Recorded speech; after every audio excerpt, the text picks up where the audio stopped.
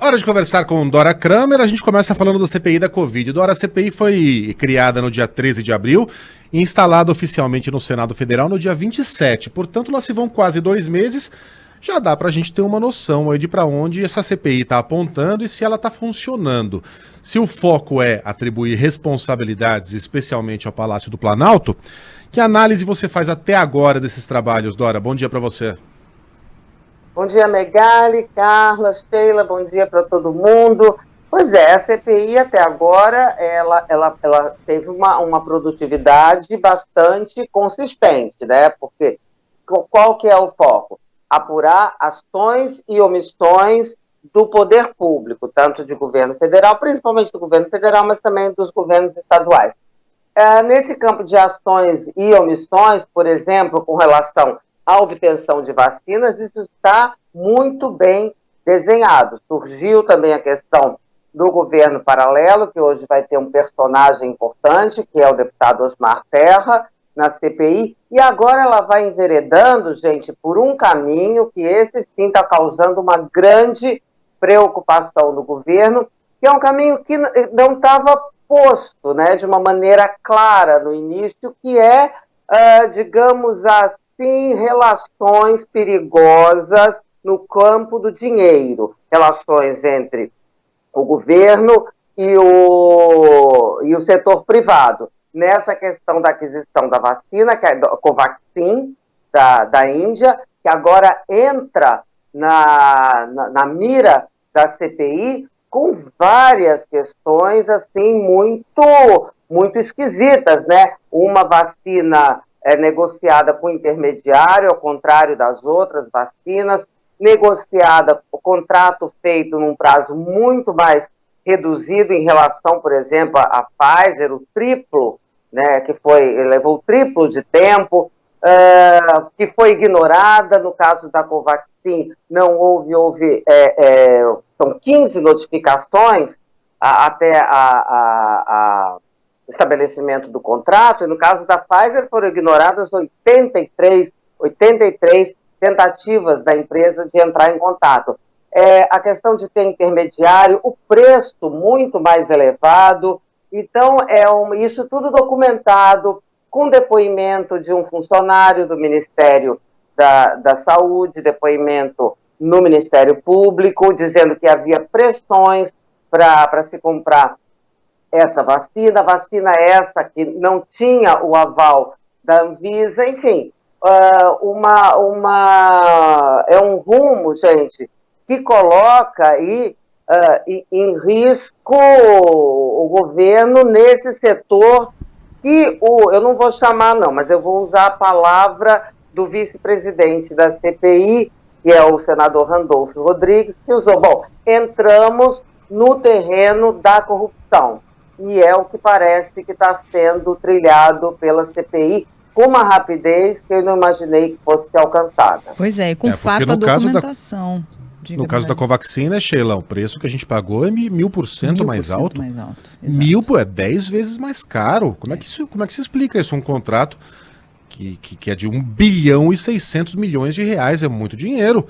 Dá para muita gente ficar rica com eventual desvio num contrato desse tamanho. Isso aí tem que ser examinado com lupa. Diga, Sheila, desculpa. Pois não é porque para além dos depoimentos tem toda essa farta documentação sobre a qual a Dora estava falando. Por outro lado, Dora, o presidente da Câmara diz que essa CPI não vai dar em nada. Vai ou não vai?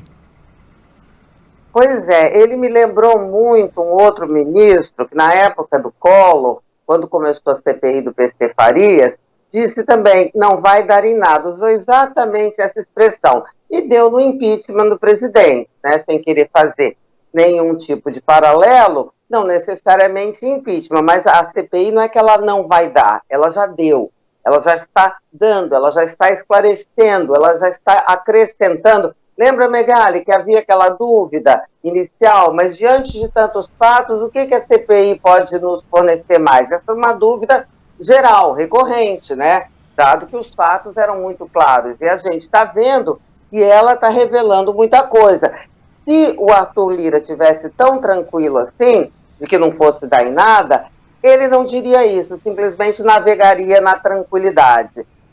Essa manifestação é exatamente uma tentativa de emplacar um outro roteiro, né? Um outro script, dizer que, olha, não vai dar em nada, exatamente porque ela está caminhando. O presidente da Câmara, que tanto prometeu quando precisava dos votos dos seus pares, que tanto prometeu ser um presidente da Câmara que atentasse para as necessidades e as demandas de todas as correntes representadas na Câmara, está assumindo cada vez mais, e um exemplo é a liderança dele nessa questão em favor do voto impresso, uma posição, a Tulira assumindo aquela posição mais do que menos de presidente da Câmara e mais de líder do governo no Congresso. Dora, a gente só tem 2 minutos, mas eu preciso ouvir as suas palavras a respeito. Eu fiquei até com dúvida se a gente tocava ou não nesse assunto, já tocamos lá atrás, mas eu quero muito ouvir o que você tem a dizer a respeito da maneira como aquela repórter da TV Vanguarda foi tratada ontem pelo presidente. Olha só, o presidente está com raiva, né? Está com raiva da CPI, está com raiva das manifestações que agora começaram contra ele, está com raiva principalmente da possibilidade de perder a eleição. Quando a raiva se alia à falta de educação e à falta de controle, ao descontrole completo, dá isso que a gente viu. A raiva não é uma boa conselheira em nenhum setor da vida, mas na política ela pode ser fatal. Esse descontrole, obviamente, ficou mal. Quem é que saiu pior, né, dessa demonstração?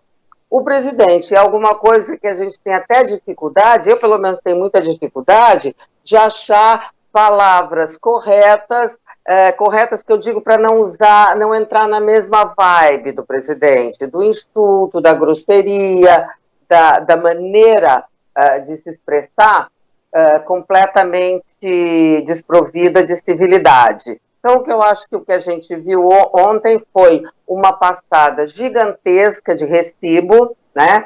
Porque se tivesse tudo bem no governo, talvez o presidente exibisse um pouco mais de moderação e tranquilidade. Se ele está com tanta raiva, é porque ele deve detectar motivos para tanta cólera. Muito bem. E Dora Kramer volta amanhã, então, conversando conosco neste mesmo horário. Um beijo, Dora, até. Tchau, até amanhã.